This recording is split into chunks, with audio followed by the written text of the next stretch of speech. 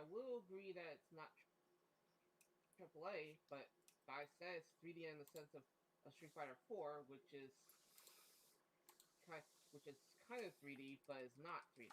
And it damn sure isn't a AAA game, because if you think Nintendo spent, I don't even think Nintendo spent $50 million making that game.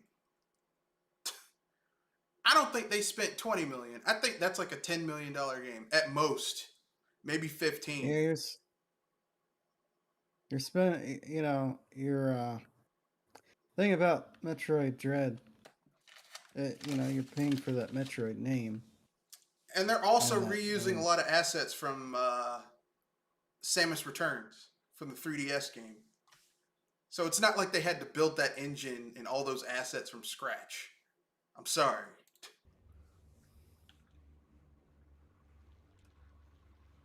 But no, continue. Sorry to cut you off, Kanoshi. Yeah, you're paying for the name. At some point, some of these companies are just gonna start, charging extra because they have a certain name tied behind it. Yeah, but isn't that every game? Like, you buy Uncharted because you want to play as Nathan Drake. You buy a Legend of Zelda game because you're playing as Link. It's like you go watch certain movies because an actor that you like is in it. Like, like a Link to the Past remake. That game should not have been $60.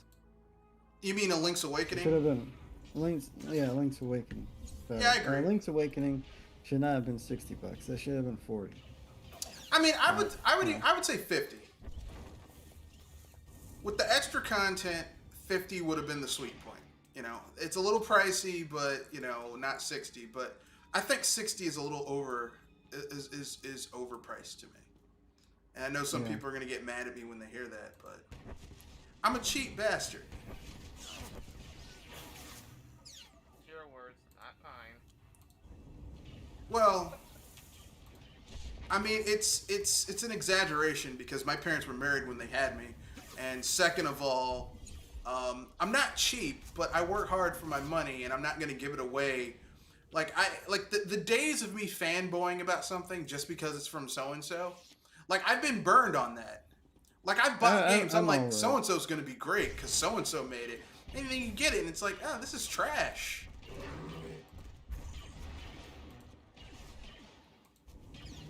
Now, to be fair, it's not something that happens a lot because typically speaking, the developers that I give credit to for something are typically up to the task. You know what I'm saying? But that's neither here nor there. We got a little bit. We went off on a tangent before the cast because I was watching. I was looking at Twitter because I use Twitter to announce when we're about to go live on the cast, and I saw someone say that, fun fact, Metroid Dread is a 3D AAA game, and I'm like, I understand you're a fan, and I understand you might be upset that people are doing things that might upset you about the franchise. But if you can't take a step back and look at the objective reality that the vast majority of Nintendo's first-party games are not AAA by market standards, like they aren't. Nintendo isn't spending $100 million on a game. I think the only game they've spent $100 million on. What? I was gonna say that. For one thing, this is not a high-budget game, and two, it's 3D in the sense of Street Fighter 4, which Red Fox is going to explain. That's not a 2D. That's not a 3D game. Yeah. When someone says something is a 3D game, they mean, by the technical definition, it means that the game is on a plane, uses three axes in order for you to move around versus two.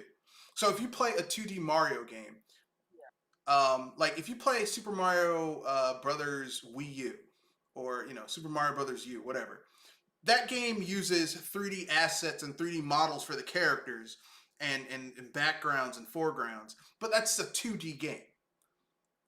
And 2D games inherently, because you only have to deal with two axes, up and down axis. Well, you only have two planes you have to deal with, so it's less there's less shit you have to code, is what I'm saying. That doesn't make it a 3D game. But people are thinking that the art style. I mean, if you're thinking that the 3D art style makes it a 3D game, then fuck. Donkey Kong Country for the SNES was a 3D game. It wasn't. but why don't we use that stupid ass logic to say that? Huh? Why not? You know, since we're fanboying out and think shit that that we like because we don't like it getting a fair shake, we'll just ignore reality and facts, which bothers me. I don't like that. But that's neither here nor there. Let's have everyone introduce themselves, starting with the lady first. Go ahead and introduce yourself, Joel.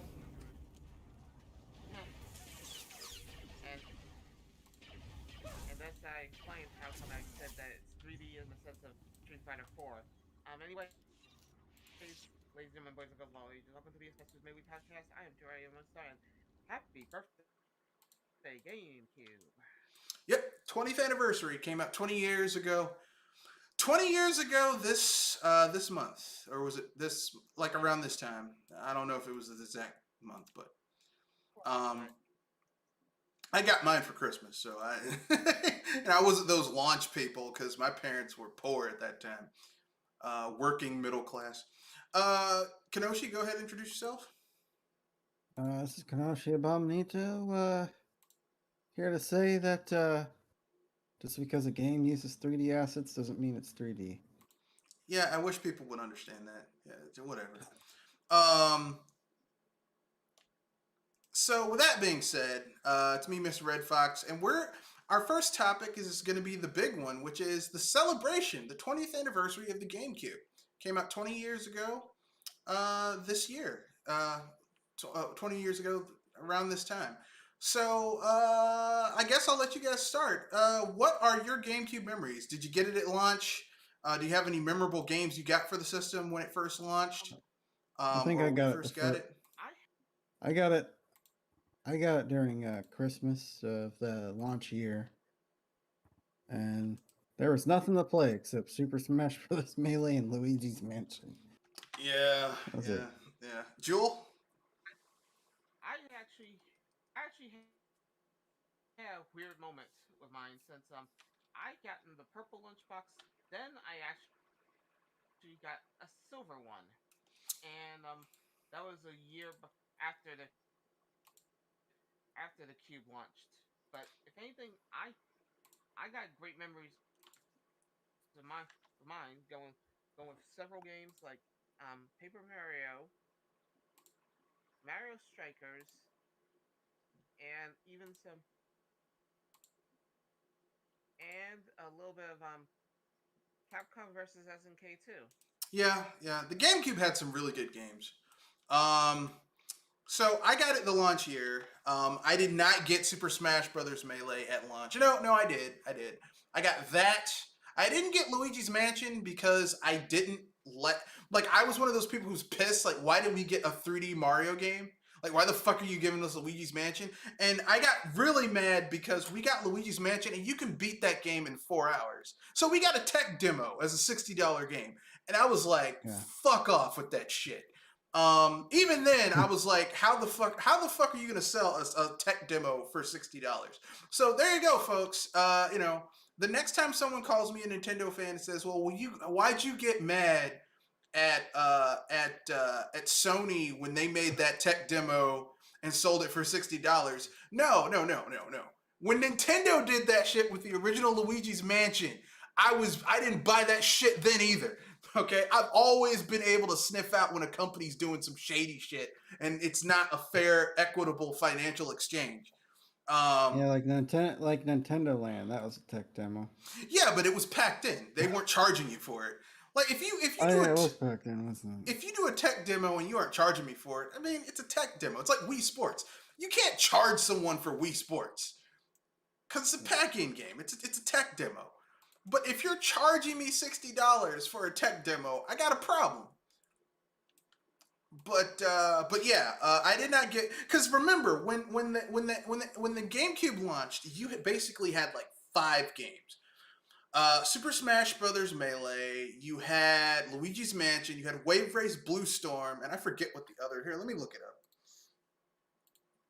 because I don't want to say this. I don't want to be wrong in my estimation. Launch games for the GameCube.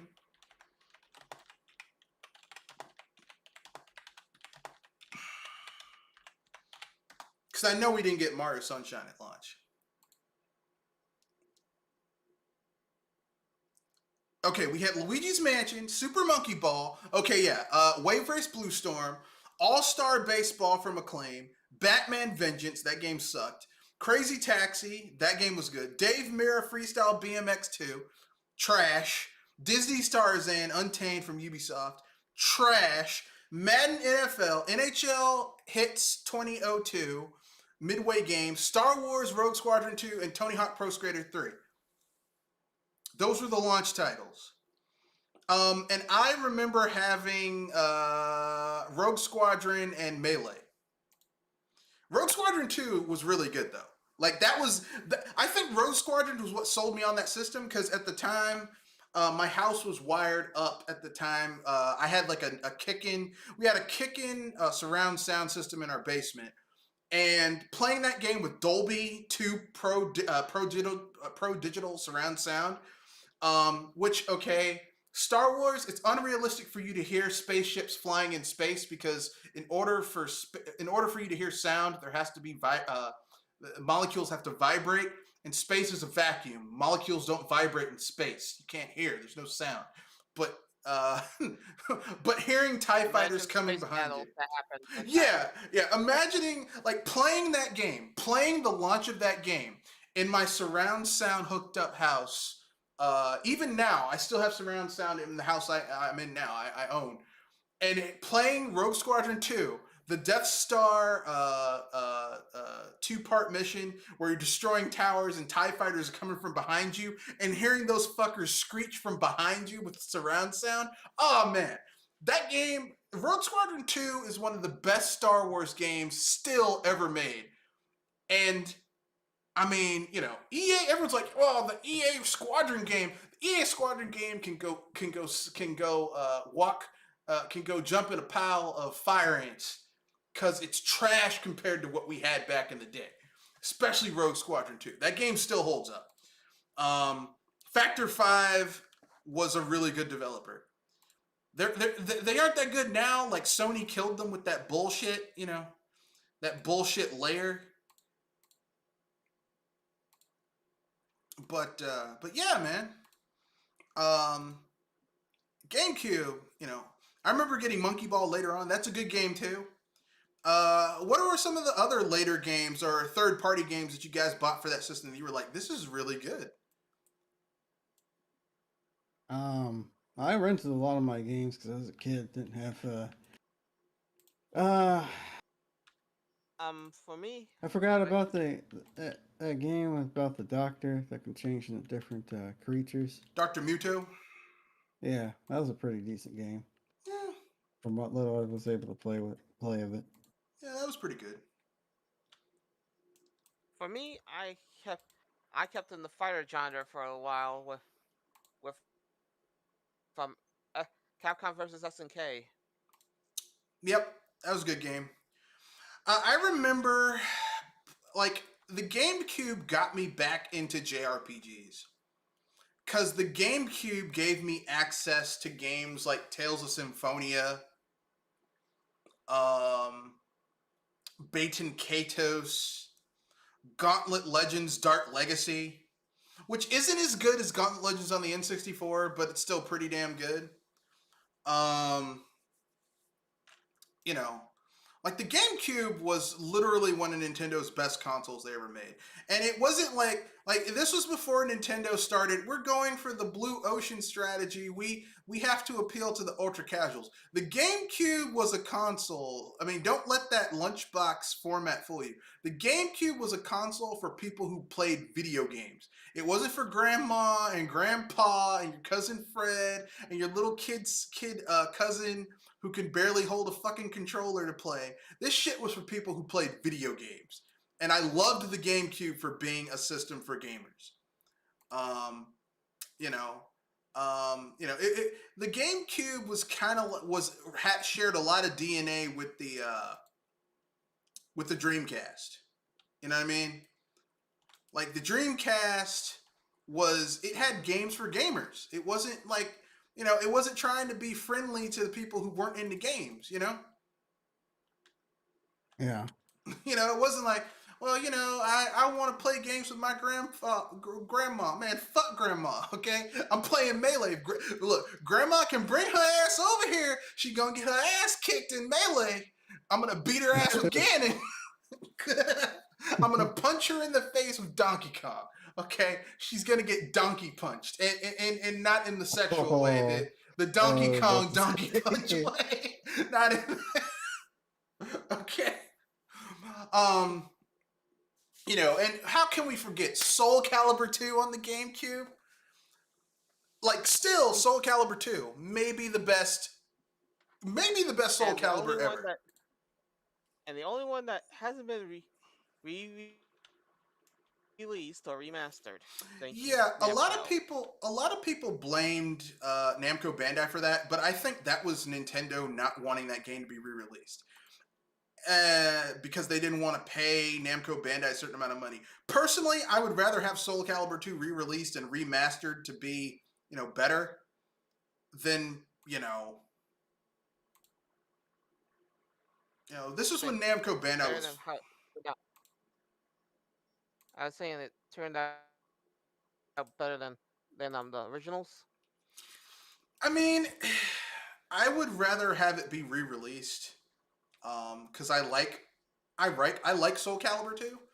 I mean, I already said Soul Calibur 2 is my favorite Soul Calibur game. Like, Soul Calibur 2, to me, is better than almost every Soul Calibur that's come out. Because Soul Calibur 2, like, here's what people don't understand. Yes, Soul Calibur 2 had the multiplayer was on point. Soul Calibur 2 shares a lot in common with Smash Brothers.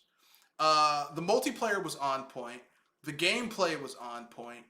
But the cool thing about Soul Calibur 2 was that it had a fucking dynamite single player. I mean, astonishingly good. Yeah. I mean, Swordmaster mode was insane. And it was challenging. It wasn't just some stupid shit.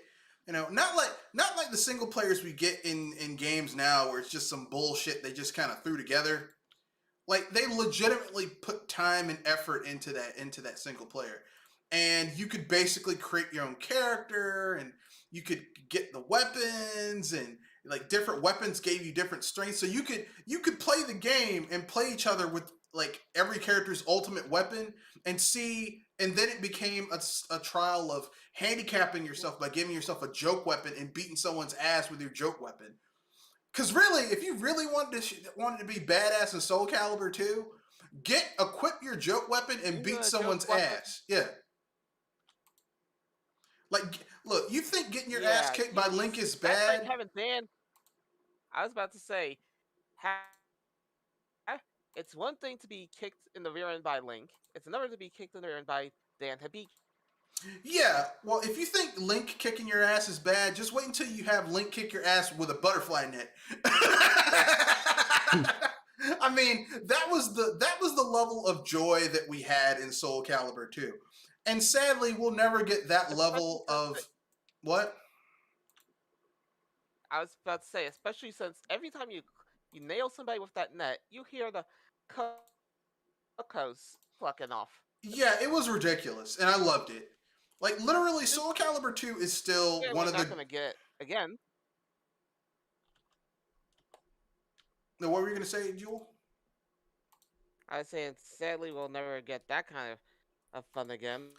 I mean, I'll be honest with you. I would love a re-release of Soul Calibur 2 with, maybe, digitally on a Nintendo console because it's got Link in it. I'd even take it on the Switch. But I would love to play that game with online multiplayer with rollback netcode, so you don't have missing frames and shit.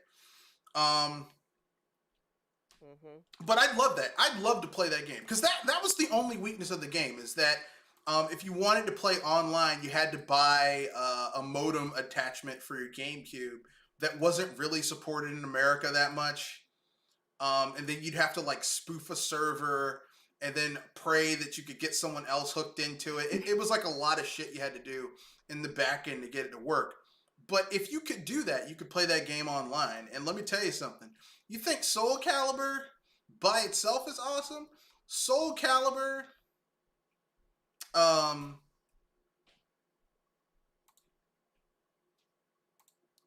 2 with multiplayer is even better.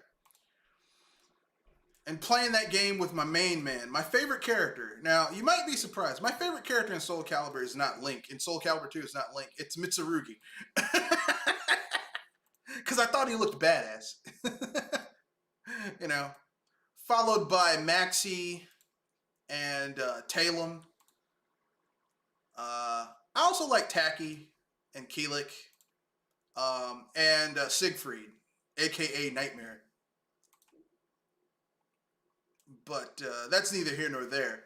So any other GameCube games you guys are like, man, this game was awesome. And I love it. Yeah, Soul Calibur 2 was great. Like you just mentioned. Wind Waker was pretty good. Now, see, I didn't like that game when it came out. And Twilight Princess. That was a pretty decent game. Don't forget that was also a GameCube game. See, what else came out for the GameCube? That was Sonic. At least for me, the Sonic Mega Collection, all the Sonic games. Yeah, a lot of people like that game. I kind of was like, eh. Now I'm gonna tell you a dirty little secret about me and Wind Waker. I did not like Wind Waker when it came out because of the art style. I was one of those people who's like, I hate this art style. Yeah, there were a lot of people that I knew as a kid that were weird about the art style. I just like how expressive it was. Yeah, because they showed that demo off at Space World where they had like an adult Link that looked serious and badass, and then the Legend of Zelda we get has this like little kid. Now, of course, I've gone back and played that game and realized that aside from the art style, that game has a Link that's really dangerous. Like he does some really badass shit in Wind Waker. But you have to really dig deep. Like I remember. Do you remember the demo stations they had for the GameCube to sell it? At like various. Oh, okay. I don't remember. Well, when I do remember seeing a demo for it at Walmart or whatever. Yeah, they would have demo stations at like Kmart, Walmart, Target, and at the store. Like I remember playing Metroid Prime, and I'm like, I don't like this. Why is it in 3D? Why is Metroid in 3D? Metroid should be 2D, damn it. Yeah.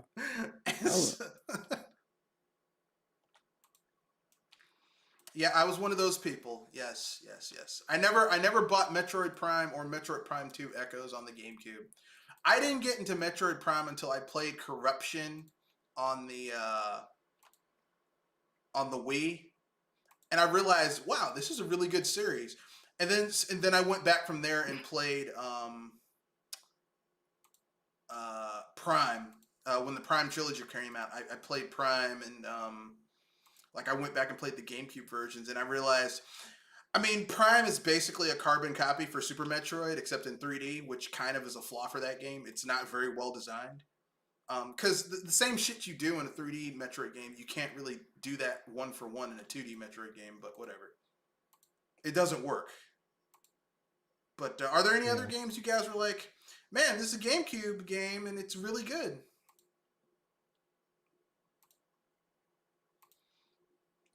Here's a game you guys didn't mention. The black sheep of 3D Mario games.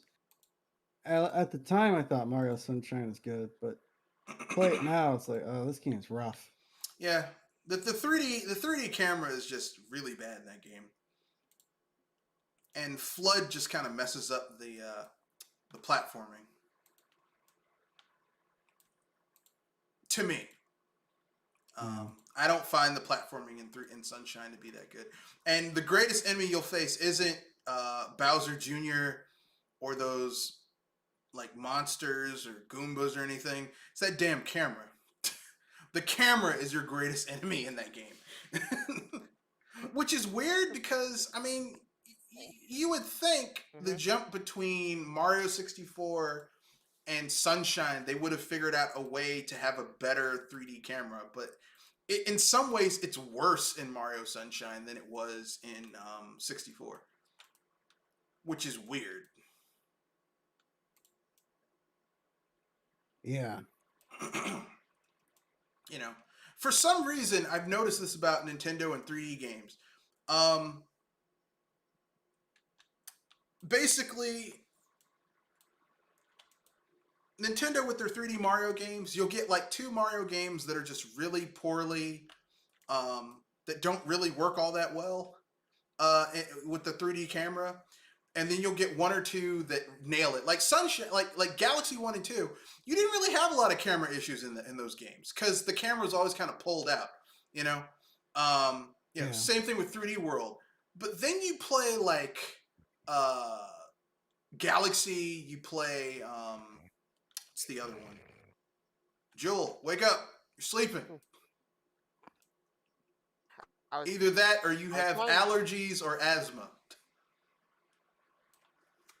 Likely allergies. And I was trying to think because I kept on getting interrupted, and I was honestly thinking that if I got it right, if I got the game right, one of the games that was a little bit difficult to get into was probably Baten Katos and Fantasy Star.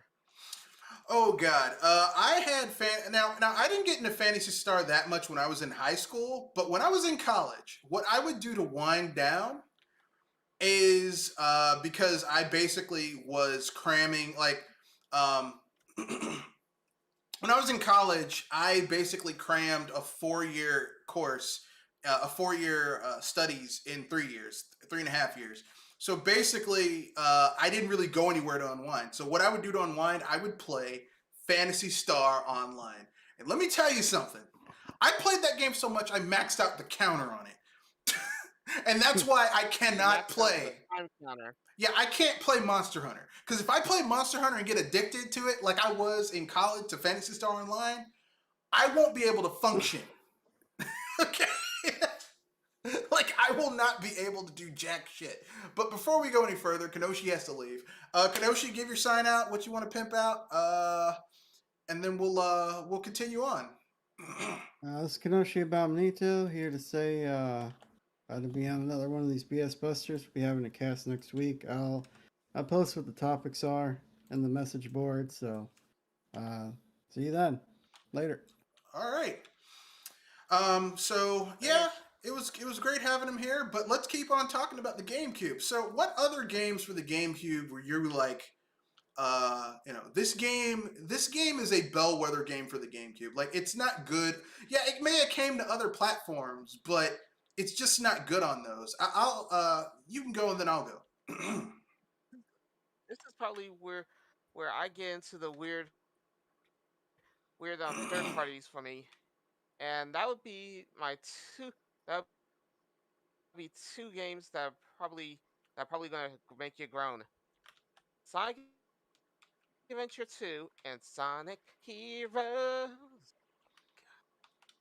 I mean, if that's what you like, that's what you like. I mean, Yeah. here's the thing. Here's the irony. The only Sonic game I like on the GameCube is Shadow the Hedgehog. I'm sorry. I never touched that repeating massive game. No, I know a lot of people hate Shadow the Hedgehog, but here's what I like. Here's why I don't dislike Shadow the Hedgehog. I don't dislike Shadow the Hedgehog. I didn't dislike it then, and I don't dislike it now because Shadow the Hedgehog did something. Cussed you out? No. Shadow the Hedgehog did something that you just don't really see on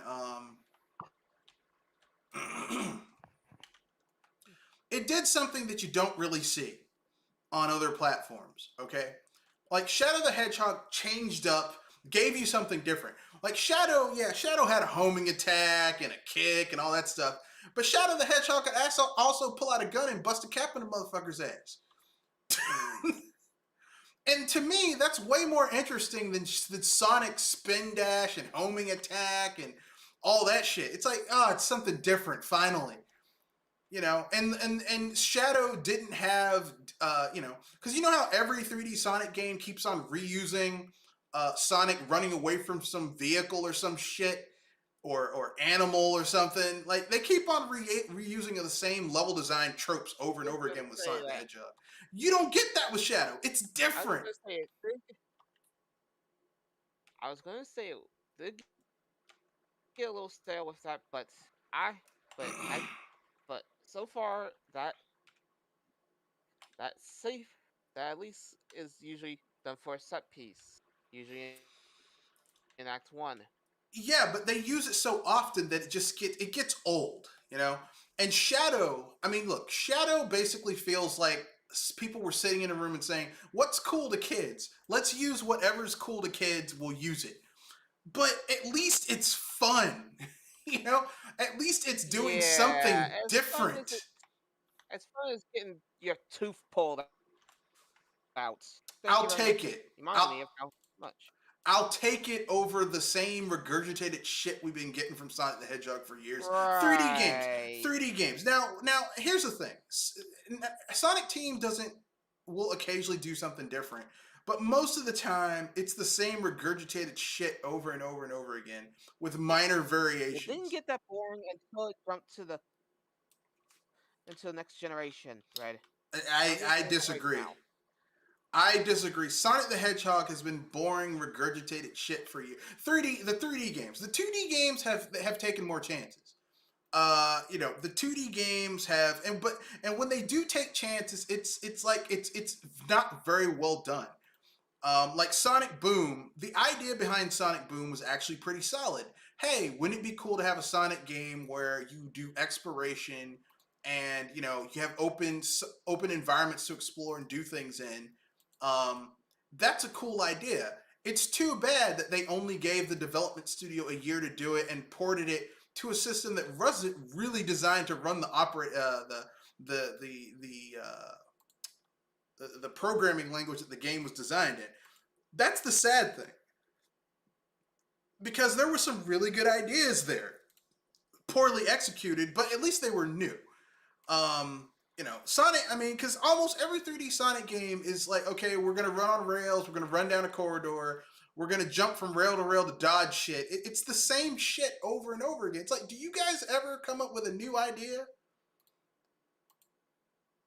I mean, say whatever you want to about Mario. Like, people say, well, Mario's the same thing. You're always running and jumping and stuff. Yeah, but they always find a way to do something new and fresh in a Mario game. Even if I don't like the Mario game within and of itself, they're doing something new. Sega, just the same shit over and over again. I was gonna make the joke that if you want drastic, if you want to know how much of a change Sonic has in 3D, look to his Smash Brothers moveset. I mean, yeah, but Smash Brothers isn't canon for shit. There's nothing canonical about Smash Brothers. I was making the joke that Sonic's moveset in Smash represents how much variation Sonic has in some of his 3D games. I mean, I'm not against. Look, listen, okay. Smash is cool and all, but that's not the main developers. The joke here. Come on. Okay, well, it's a funny joke. But I mean, just to me, I like that Shadow the Hedgehog was doing something different. There were multiple endings. Shadow had a little bit more attitude. He wasn't as fucking annoying as Sonic the Hedgehog is. I mean, there was some really cool stuff there. Now, once again, Sonic Team didn't execute it well. You try somebody group, but yeah. Well, I mean, like, here's the thing. Sonic Team has good ideas. They don't execute it well. That's the flaw. Hey, that's a good idea. Too bad we don't execute it well. That's the flaw. But yeah, I like Shadow the Hedgehog. I mean, Sega had a lot of games on the GameCube. I was like, I enjoy this. Like Sega had one of my personal favorites. They had Super Monkey Ball 1 and 2 on the GameCube. They did F-Zero, and here's a dirty little secret. F-Zero GX is better than any of the Nintendo made F-Zero games. Yes, I said it. It's better than the original F-Zero. It's better than F-Zero on the N64. It's better than F-Zero on the Game Boy Advance. And that's because, say whatever you want to about Sega. Sega knows how to make fast gameplay. I'll give them that much credit. And they did. I would make the joke that they know the power of speed, but it's not funny. It's true. They know speed. But then again, look what they use for speed. They know how to use speed. But yeah, I mean, Sonic the Hedgehog has just been stagnant. And that's why I played Sonic Heroes and I'm like, this is cool, but I mean, I'm not really enjoying it all that much. Because it felt too similar to the other games. And I was just not really feeling it. But, to each his own. But yeah. It's kind of a twist because there's a difference between good difference and bad difference. Sonic Heroes at least tried something different and it felt more natural in a sense. No, I get it. I mean, the idea of you having a team of characters. The Shadow put out. Well, I mean, the idea of having a team of characters is cool. I just don't think, I don't think it was well executed, as well as it could have been. But And you said that it was good with Shadow the Hedgehog. No, I said I enjoyed Shadow the Hedgehog. I didn't say it was perfect. I said at least they were doing something completely different in Shadow the Hedgehog. Like, it felt legitimately different. Whereas, Sonic Heroes just felt like it felt like they took the engine from Sonic Adventure and just said, well, now you control 3 characters instead of 1.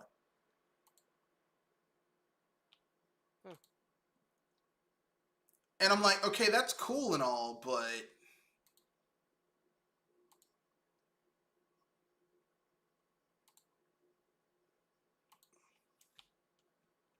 I'm not impressed. I wasn't like, oh my god, this is, I mean, I played it. It was enjoyable. Here's what I'll say, okay? Sonic Heroes is better than Sonic Adventure 1 and 2. That's not saying a lot, because I don't think those games are good at all. If I had to give them a grade, I would say Sonic Adventure 1 is a D, Sonic Adventure 2 is a C, and Sonic Heroes is like a C+, B-.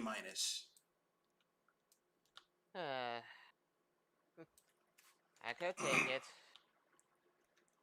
But I'm not like, oh my god, enamored. This is the best game ever. Like Sonic has never gotten his Mario 64 moment with his 3D games. Like, all of Sonic's 3D games are kind of like, essentially, they're underwhelming to me. I'm underwhelmed with most of his 3D games. And every time I say that Sonic's games are usually roller coasters to me. Well, the thing is, every time they come up with a good idea where it's like, this could be awesome if they fleshed it out, instead of sticking with the formula and refining it, they just throw everything out and start something new. It's weird.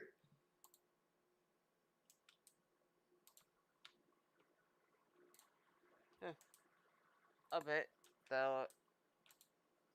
For me, I say that that at least I know that there's a difference between them trying something and having to execute and be accepted. Well, I'll give you an example of what I mean, right? Like, let's say you're playing. Let's say you're playing. Let's say hypothetically you're playing Sonic.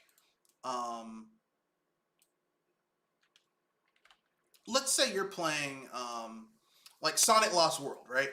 Sonic Lost World had some really cool. Oh god, that one is a mixed bag for me because I tried it and I say that they tried to work with the 3D access of sorts, but it didn't feel feel as natural as it should. Yeah. Like here's the thing. There's some good ideas in there, and some of the levels, when the level design worked, it really worked in that game. But when it didn't work, you could tell that it was like not doing what it could have. It wasn't doing the best. So what they should have done is make a sequel to Sonic Lost World and refine the formula, right? Nah. We'll throw it all out and give you Sonic. That's what they did with Sonic. That's what they did. That's what they did when Sonic Adventure went to Sonic Adventure 2 and Sonic Heroes, but they didn't. Yeah, they just threw it out. Yeah, I'm like, okay, do something different and then refine the formula. No, we can't do that. We gotta throw everything out and start from scratch. And nothing can ever get better if you always are just destroying your work. Like you'll never get better, right? If you don't learn from your mistakes. But yeah, I'm not a huge fan of those games. I know some people are going to get mad at me because how dare you not like those Sonic games? But I don't. I was going to say that Sonic's a mixed bag, though. If anything, the two of us have a different flavor in our bags. Yeah, I mean, like I said, I don't hate Shadow the Hedgehog. I think at least it was doing something new, and I actually enjoy that game, which is weird because it doesn't play like a traditional Sonic game. It has a different protagonist. I don't have to listen to Sonic's whiny ass voice or his with the power of friendship bullshit. I just get tired of the power of friendship in Japanese video games all the damn time. You know, oh, we can overcome anything with the power of friendship. Man, shut the fuck up. That's how I feel when I hear the power of friendship used in. Yeah. You know, hey, this guy just murdered my entire village, but he used to be my friend, and if I can just reach out to him with the power of friendship, it's like, nah, bro. Well, don't apply the Naruto jokes here. No. We already heard them. No. Wait a second. The power of friendship, you just killed my parents? But we were friends like 20 years ago, so maybe we can, you know. Like, I hate that power of friendship trope. But it's been used in video games before. It was like a big thing in anime. Or maybe they were in tandem. But yeah, I hate that power of friendship shit in video games. And I'm tired of it.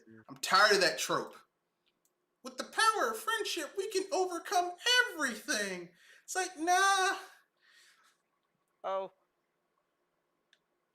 that's just your cynical side showing. No, the power of friendship works when someone is when you have minor philosophical differences. The power of friendship is not like major like plot changes and shit. They love doing that in anime and in video games, but that's neither here nor there. We're talking more GameCube games that we loved. We got to talk about some of the exclusives that were great on the GameCube. Games like Resident Evil 4. I was about to say, people still feel a bit salted when remembering that. Well, I mean, it is one of the best Resident Evils ever made. Because the thing about Resident Evil 4 that makes it better than, say, like the later Resident Evils is that design-wise, Resident Evil 4 ditched a lot of the tedious gameplay elements in other... I was going to say, it basically went from horror to action movie. Yeah, but there still was horror there.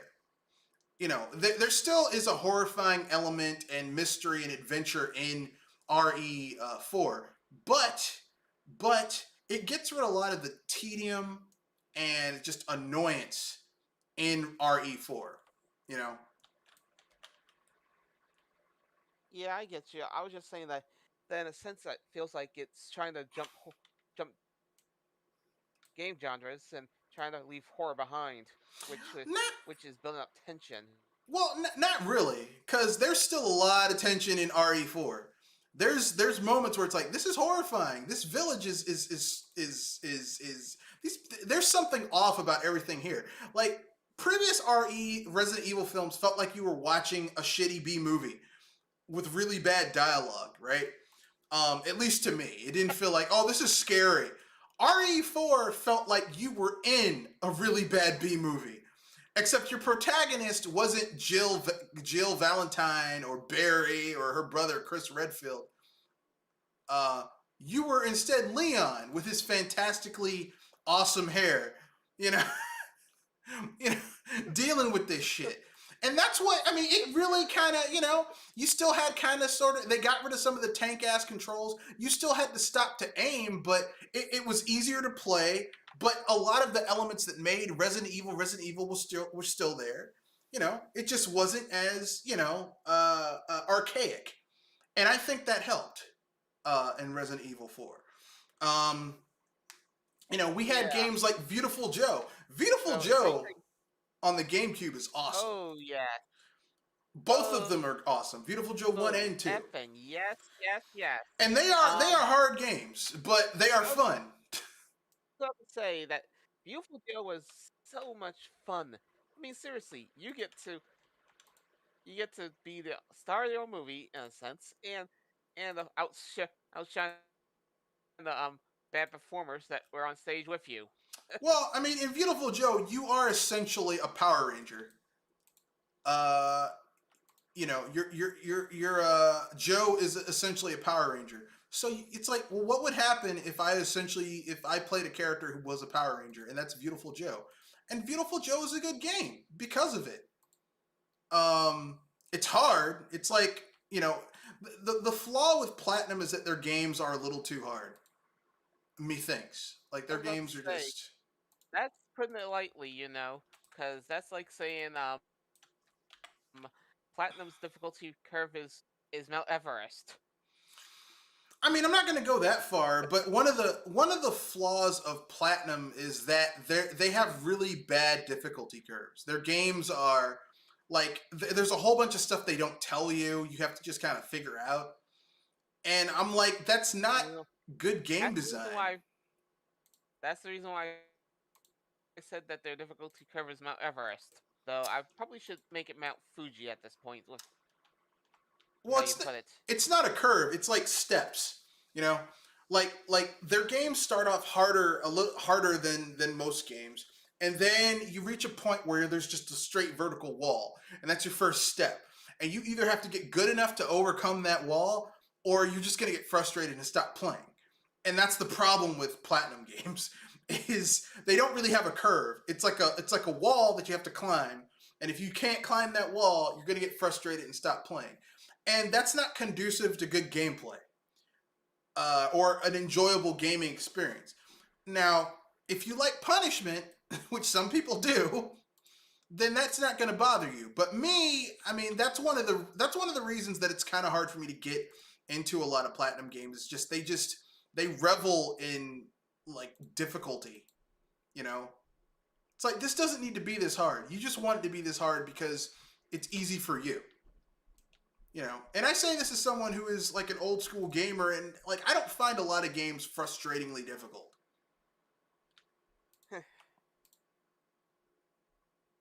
I was going to say there's frustrating difficult, then there's patience breaking difficult, and then there's just plain it's no use difficulty. Yeah.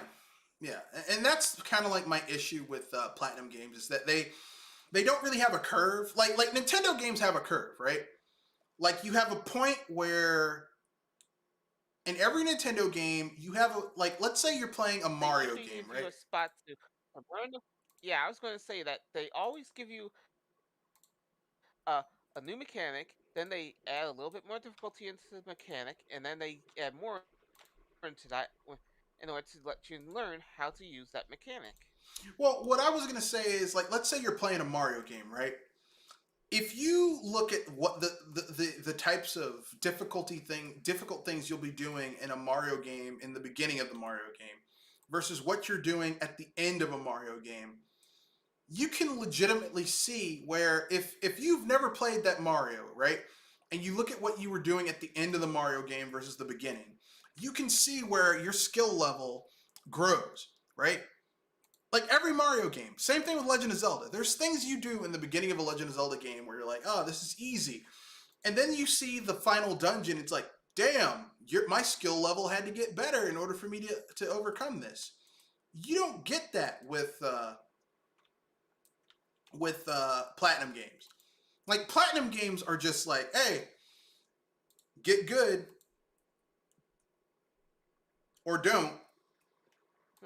You know, and that's kind of the flaw with their game design, is that they really don't have a difficulty curve. It's just like either you're gonna learn how to do this or else not play the game. And that's why people are like, well, why don't platinum games get the accolades they deserve? Because their games have a shit difficulty curve, or at least no difficulty curve. It just goes hard to harder to harder to harder.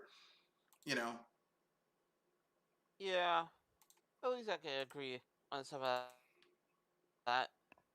It gets harder and harder, and the more you get into it.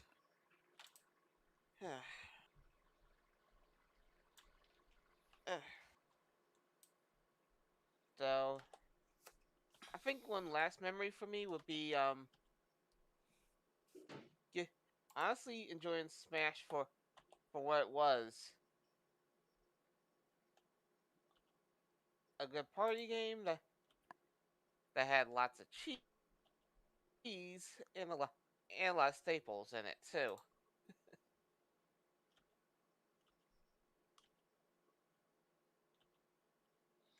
But that's my opinion. But so anyway, anything else you want to add about the GameCube, the 20th anniversary of the GameCube?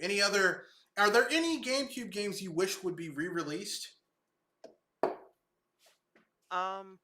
Re-released and probably modified for the system at hand. It probably be Four Swords Adventures, which I know is probably gonna be a little weird, but then again, we we do got the the people of this gaming world do have their own switches. The the fact that we can actually connect and kind of use our systems like system in multiple ways to a degree, we can at least try to redo Four Swords Adventures or Triforce Heroes in a more entertaining way than how they were presented to us in the handheld world. I mean, I wouldn't be against that. I mean, I could think of better games to re-release just because, you know, like I would re-release Paper Mario Thousand Year Door, because that game is really expensive, and I mean, like, you know, you have two choices I with was that going on game. the idea of how difficult it is to set up with set for a game for a certain game. Well, then, I mean, Paper Mario is basically a one-player game, yeah, but I mean, you know, like it's look, though it's a lot one of of the most people, expensive games in the series. like that game, and it's not being re-released. It's a GameCube exclusive. You have two choices if you want to play it: pirate it or spend $100 to get the game. It hasn't been re-released. Um, you know, it was a decent. It was a relatively high seller because it made. I'm pretty sure it made the Nintendo Selects thing where you get it for like 20 or $30 because it sold over 1 million on the GameCube. So, I mean, you know, bring it back.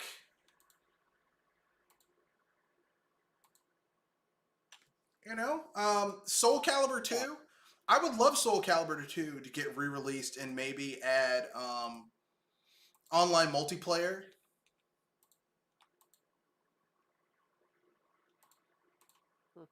That would be cool. Um, I mean, Capcom has already re-released Final. Uh, they've already re-released Resident Evil 4 so much that no one will ever ask for that game to be re-released again anytime soon.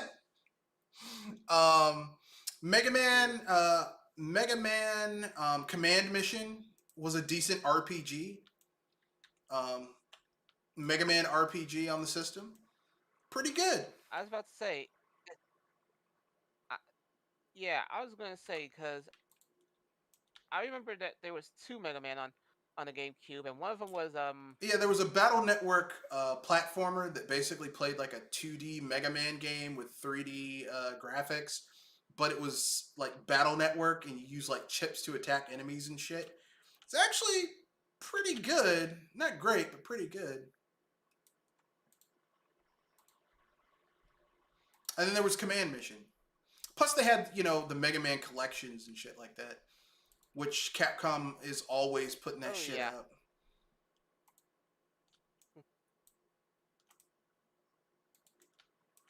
But yeah, Mega Man's one of those games. There was Custom Robo. I would love Custom Robo being released again. I loved me some Custom Robo.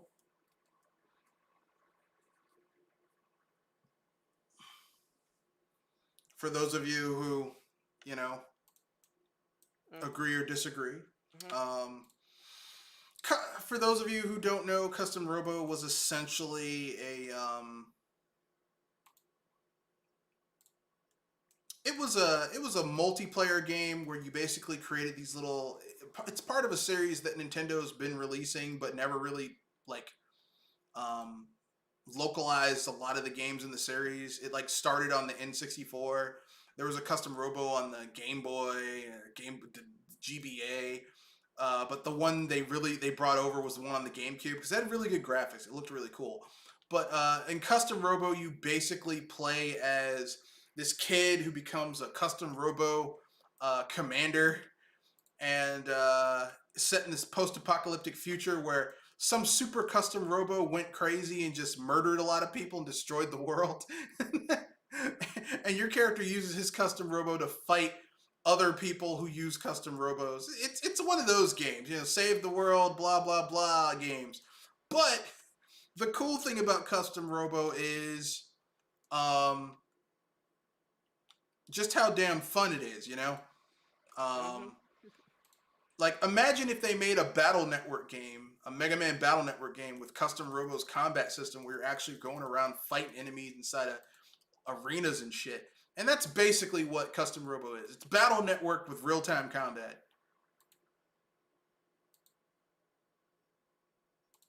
And I liked that. I thought that was a good concept. But yeah, Custom Robo, re-release that. And that's a Nintendo IP. I don't know why they won't re-release Custom Robo. Keep on making weird-ass games that no one wants. Or safe. I should say no one wants. They make safe games, The GameCube was the last era of Nintendo just making, weird ass games that no one asked for that just became cult followings, like Chibi Robo. Hey, you want to play a game where you play as a little robot helping people? Sure, why not?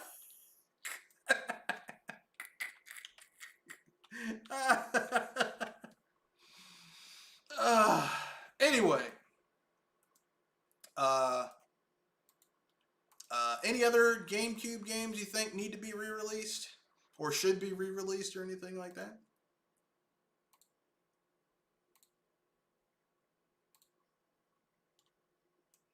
Joel? I'm still here. Yeah, I asked you, do you have any other GameCube games that need to be re-released? I was trying to think of others, but it hasn't came to mind because the only other thing I had would be Batten Kaitos, and we talked about that somewhat. Yeah, they should re-release that game because it's expensive. I don't think it's as bad as it's not as bad as Paper Mario, Thousand Year Door, but it's not cheap. I agree there. So, if anything, I think the card system was a little bit of a jank because it kind of went off the poker rules a little bit. Yeah, but I mean, poker is a game that people actually play, so it wasn't. You didn't have to learn a whole bunch of rules in order to play Bait and Gatos. It was poker.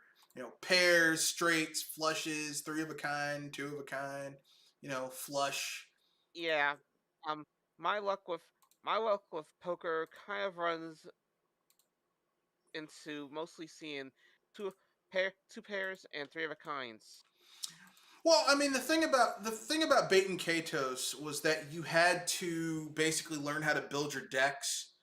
And what, like, really, I mean, the only real flaw of Bait and Katos's deck system was that until you really built up your cards, got access to the cards that, like, you'd have one card and it would have like 4 or 5 numbers on it. Like, until you got cards like that, Bait and Katos was very much luck of the draw. Once you could build a deck where you'd have like multiple cards that had multiple numbers on it, so then you wouldn't be, you could really do pairs and stuff like that. Then it got really good. But, I love another Bait and Katos, and it's owned by Namco Bandai. Namco Bandai, you hear me? Bring back Bait and Katos. And not Bait and Katos Origin. That game sucks.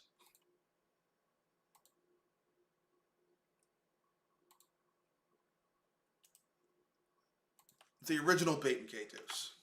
Wings of the Eternal Ocean. Oh yeah. Which, I mean, I know this game is almost 20 years old at this point, but Bait and Katos has one of the best twists halfway through the game, where you find out that the character you've been following, one of the characters that you've been following throughout the entire game is totally working for the bad guy. It's a twist you don't see coming. It's one of the legitimately best twists in RPG history. You've been helping the bad guy the entire time. It's amazing. But anyway, yeah, Bait and Katos is great. The GameCube was a great system. It basically did not cater to it. It wasn't that blue ocean strategy that Iwata had, where he's like, we've got to appeal to the casual market. It was a game. It was a system for gamers. If you are a gamer, you would have loved the GameCube. Like a hardcore gamer. It was a hardcore gaming device, and I loved it. Despite its small size and all that stuff, and people, it looks like a lunchbox. Yeah, but it's got some great games on it. So with that being said, I guess we can move on to the next topic, which is games that we've bought multiple times and why. You go first, Joel. Okay, that would be the tricky one would be for me. Okay, this is kind of weird because I'm trying to think of it, and the only one I really rebought in a sense would be the Donkey Kong Country series. Okay. And that's because I tried to do it on the Wii U too. Well, that and You mean the Mario Donkey? RPG. When you say Donkey Kong series, you mean the Donkey Kong, the remakes or the digital ones? The Donkey Kong Country ones. Like the remake of Donkey Kong Country, or like Tropical Freeze and Donkey Returns? Kong Country one. Diddy Kong's Quest and Okay. So Diddy Kong's Country Trouble. so the Virtual Console re-releases. Yeah. Yeah, I can understand that. I did the same thing. I have. Here's how much of a Donkey Kong Country fanboy I am. I have Donkey Kong Country, the original SNES Donkey Kong Countries. I have the Wii Virtual Console Donkey Kong Countries. I have Donkey Kong Land 1, 2, and 3 on the Game Boy / Game Boy Color. I've got Donkey Kong Country for the Game Boy Advance, Donkey Kong Country 2, and Donkey Kong Country 3 for the Game Boy Advance. All those games are different. They all have different, well, not the digital based on the SNES games, but the ones for the Game Boy Color and the Game Boy Advance, they're different. Mm-hmm. So yeah, I'm a huge fan of those games. The original Rare ones. The one made by Retro, I could take it or leave it. But Okay. but the rare ones, oh yeah, rare fanboy 100%. Totally. We'll readily admit, like Rare during their prime, I would say Rare during their prime were out programming Nintendo with the level of their games, in my humble opinion. Um, and I stand by that. I know some people are going to be like, well, that's just like your opinion, man. I disagree. I would say that they were making games that were better, better designed, better music, just all around better than first party Nintendo games. Yeah, I said it. But that's my own personal opinion. And I'm sticking with it. But yeah, loved me some Donkey Kong Country. Loved me some I think Donkey Kong Country 2 may be the best 2D platformer of all time. Yes, I said that. And I know people are going to say, but it has pseudo 3D graphics. That's a 2D game. Just because you use 3D graphics on a 2D plane does not make the game 3D. And if you think that, you are stupid. Or actually, you're not stupid. You just don't understand the difference between 2D and 3D space. You may need to take a geometry course. That's all I'm saying. But anyway, the game is awesome. You should play it. It's really good. But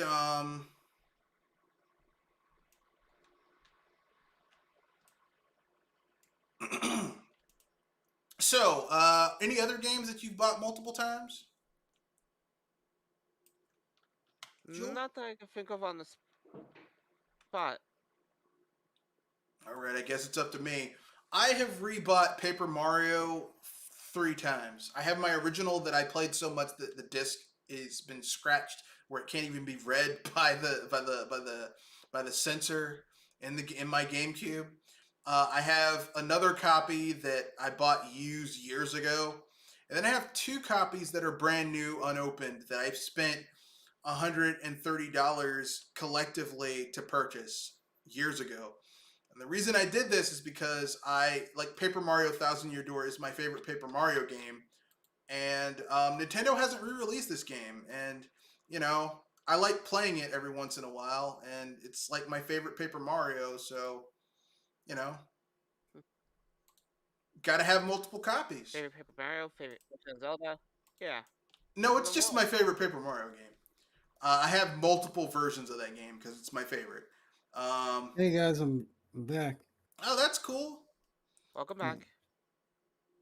Yeah. We were going over games that we bought multiple times. Okay. And I said I own multiple copies of Paper Mario. I own multiple copies of Bait and Katos. I have 2 copies of Tales of Symphonia for the GameCube because that's my favorite version of Tales of Symphonia. And the versions that that Namco Bandai has been re-releasing is the PlayStation version that's at 30 frames per second.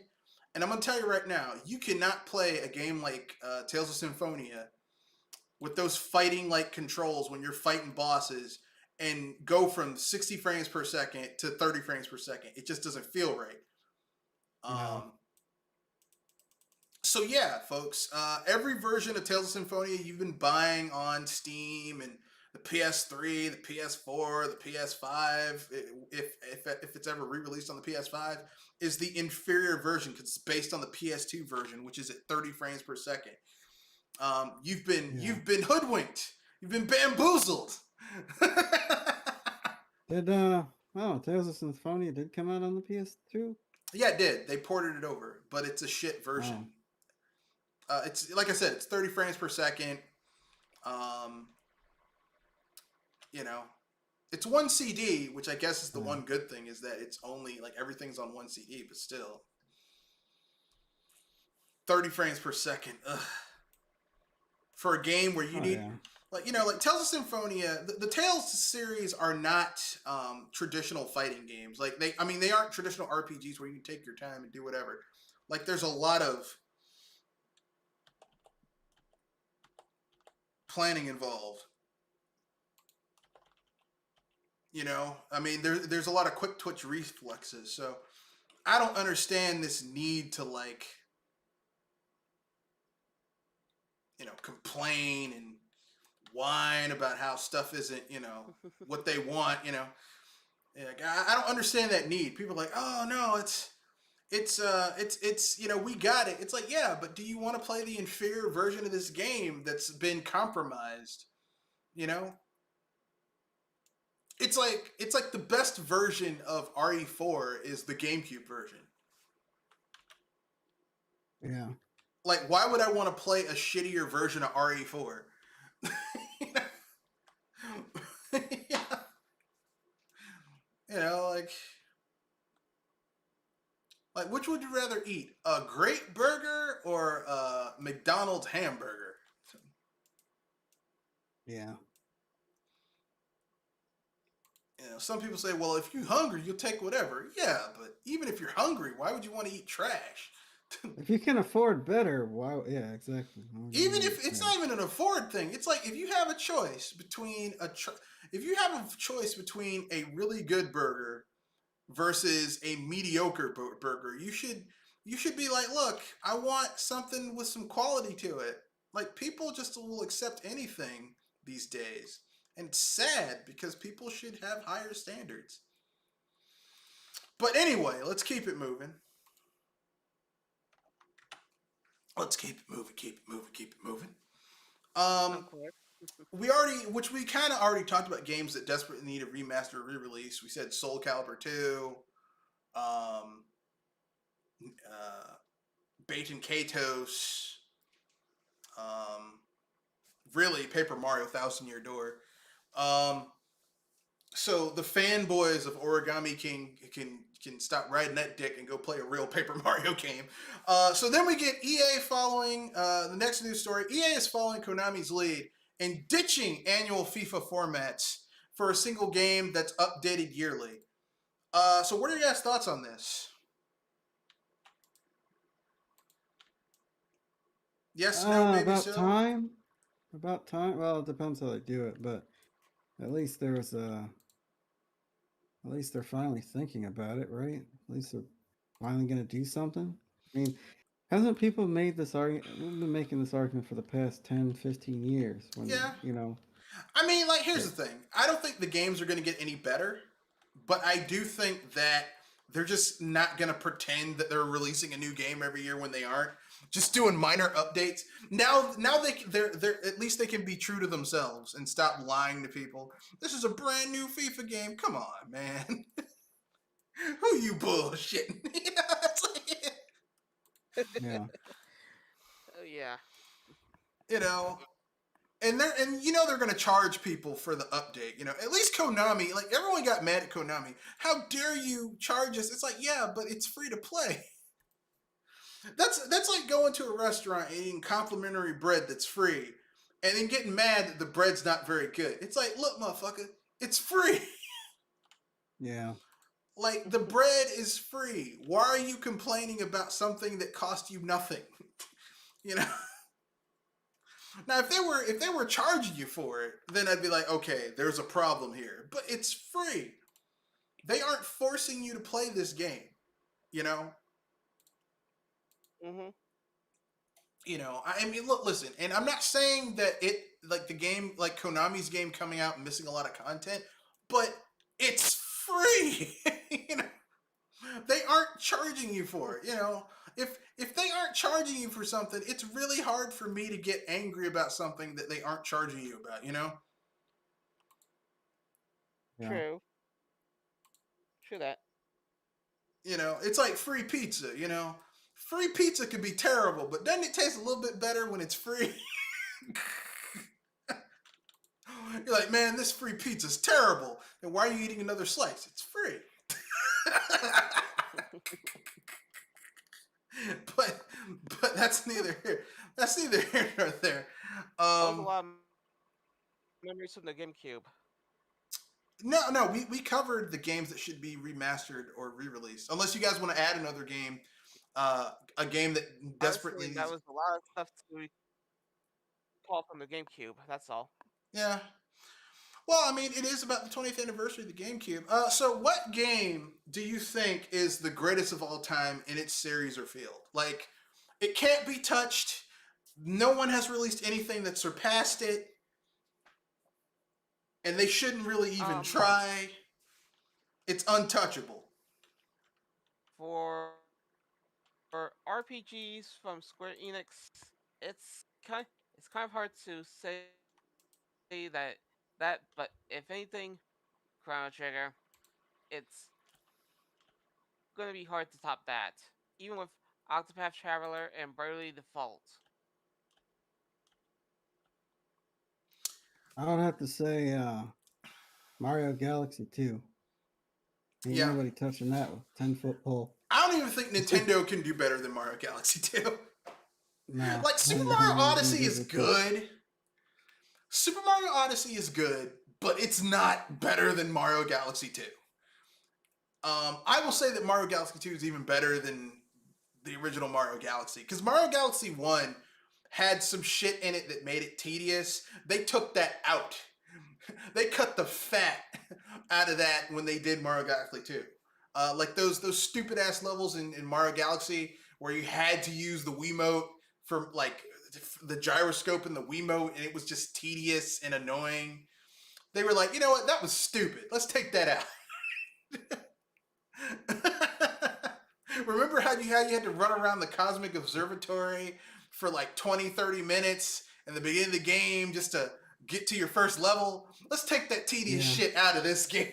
You know, get you right into the game. You know, like Mario Galaxy 2 is like, look, we know you want to play the game. Boom, just press a button, you're playing the game. I love that shit. I wonder if one of the reasons they don't want to make that game again is because they don't want to deal with all the physics variables. I don't know. They're doing some interesting things with that physics engine as it pertains to the whole zero gravity. I will say this much. It has perhaps one of the best...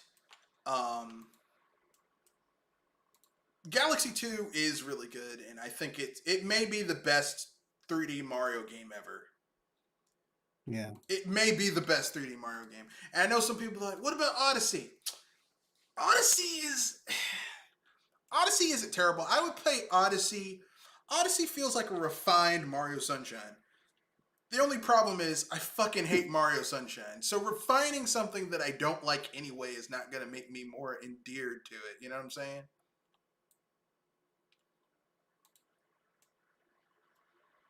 So, yeah. Anyway, let's move on to the next topic, which is our final topic is unpopular opinion, and then we'll wrap things up. So, who wants to give their unpopular opinion first? Unpopular opinion. Let's see. I consider RPGs being one of the least popular game types of all time, and are kind of shrunk, but still around. I mean, I don't know about that. You could kind of say that, but the problem is that the problem with that is that, essentially speaking, that's not entirely true because, like, they put RPG mechanics in everything these days. You know what I'm saying? Mm-hmm. Like, they put RPG mechanics in every fucking thing these days. Like, everything you can put an RPG mechanic in, they put RPG mechanics in these days. So I would disagree and say the opposite of that is true. RPGs have infected everything because basically games as they were have become stale with nothing else, you know, with no RPG mechanics. They need to pad it out. Yeah. I mean, the sad thing is that they won't go far enough and add some real depth to the RPG mechanics. It's just kind of like a very casualized watered down RPG mechanics. Even games that used to be RPGs are watering down, like the core RPGs are watering down their RPG mechanics, whereas the games that are, less, the games that are core RPGs or used to be core RPGs have less RPG mechanics than the games that have lots of that are more action oriented or adding more RPG mechanics than they used to have. Like Skyrim is more of an action game with RPG mechanics, and it's from a series that used to be like a core RPG. You know,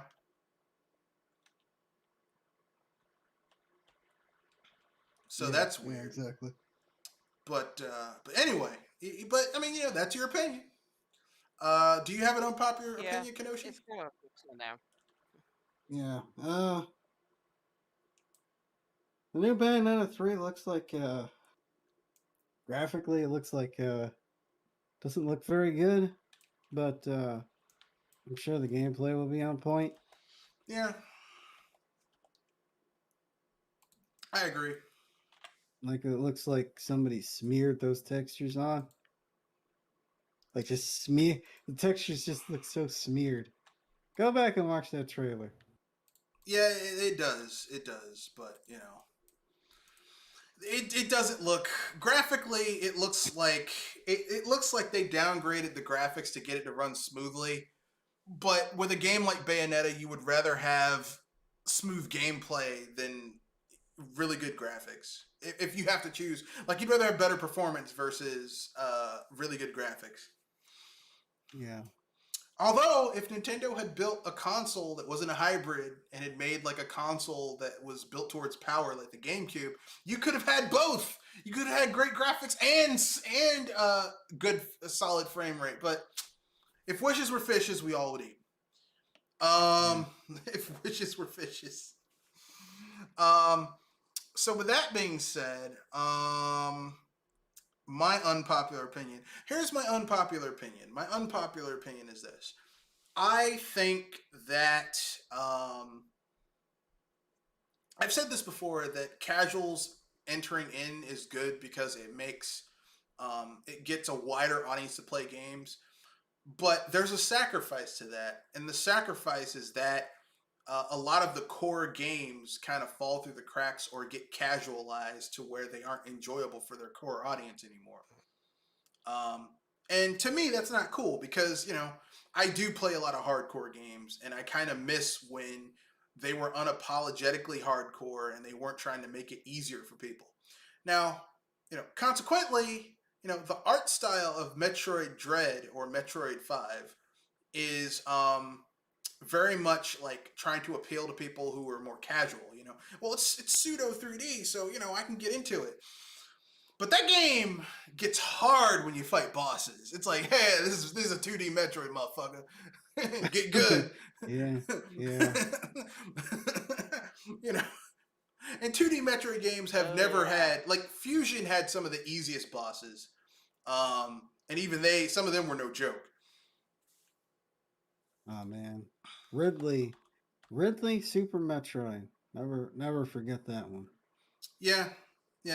Really, the one was wow. The one who got on my nerves was the one that you had to fight underwater, and if you didn't know the trick to use your grapple beam on the electric things on the side to electrocute him as he grabbed you, Dragon. You had to fight him the conventional way, which was hard, and he hit hard too. Yeah, but anyway.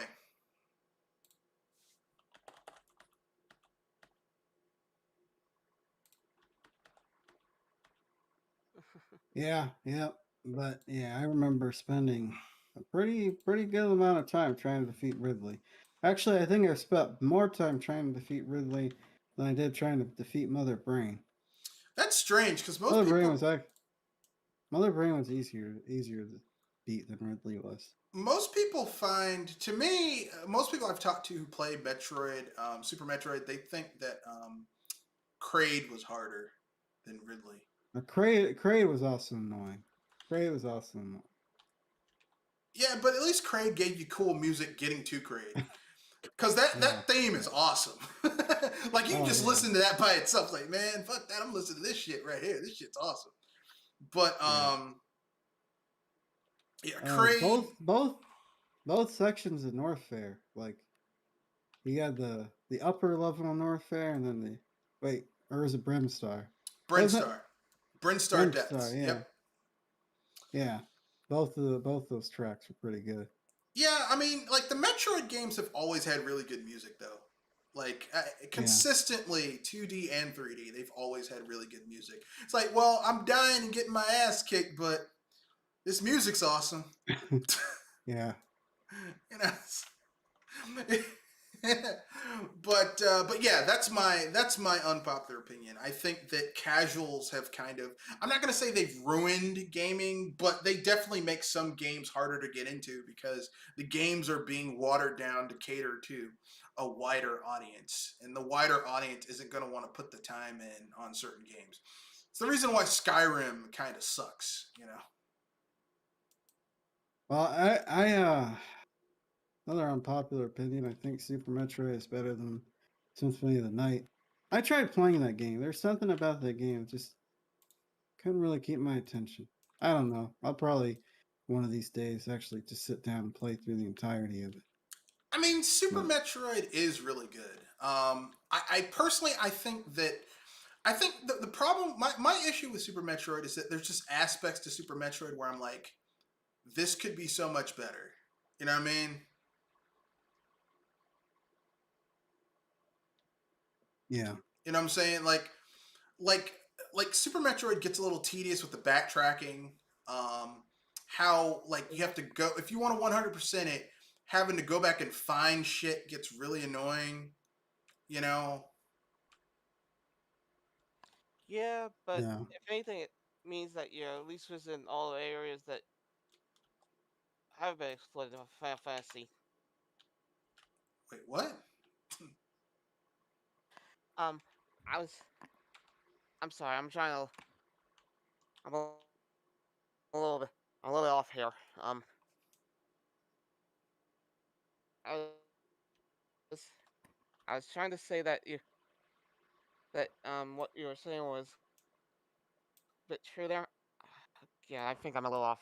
Pardon me. Yeah. Yeah, yeah. I was just saying that Super Metroid, the backtracking in Super Metroid gets to be a little tedious. Yeah, that's true. Oh, that's the thing. Metroid, usually backtracking in Metroid is not always tedious, but then again, backtracking in other games are usually not as tedious. But Metroid usually takes the cake in that department.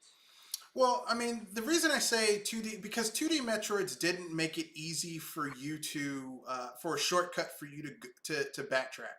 Now, this is where the 3D games, especially Metroid Prime 3, really got around that, because you could basically call your ship would pick you up and take you, you know, so you didn't have to spend a lot of time backtracking. You could just do it organically through your ship, which was a smart move.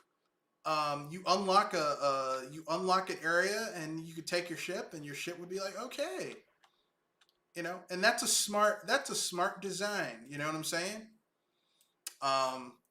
Yeah. It just have anything. I remember that backtracking in some games is not terrible, but how they do it really bites you. Yeah, sometimes they take it too far, and that's my issue with a lot of games. I mean, that's one of the reasons why, you know, I think 2D Metroid games are so short, is because, you know, the backtracking can get to be too much if you're trying to 100% the 2D Metroid games. Whereas you don't have to worry about that with you know, which is why I like having the 2D Metroid games have their own unique style where they're not trying to be like the 3D games. So the 3D games are about that exploration and scanning shit and looking and seeing, you know, finding out what's going on, all that shit. That's what they're about. But you know, I don't want to see that in our games, or just in other Metroid games. No, I prefer 3D and 2D Metroid games, game design to be separate. I don't want them to be melded together. That's why Other M to me sucked, because they were trying to add shit from Prime into a 2D Metroid game, and it doesn't work. Like, it just doesn't work. But that's my own personal opinion. I know some people will disagree, but that's my own personal opinion. I could be wrong. So, with that being said, anything else you guys want to say before we wrap things up? No, I'm good. All right. So, Jewel, anything you want to pimp out before we wrap things up? Not that I know of on the spot, since I don't usually have much going on. Okay. So yes, this is Mr. Red Fox on our provider BS Busters. Tonight we discussed the GameCube, 20th anniversary of the GameCube, and games that we love for this system. So with that being said, what are some things that you love from the GameCube? Some GameCube memories you would like to share. So with that being said, Don't forget to write that down below. But thank you for joining us on the BS Busters Midweek Podcast. that's right. And if you would like to get in touch with the channel, the links to reach me and the channel are in the description section. So peace, good night, and Hype responsibly, ladies and gentlemen.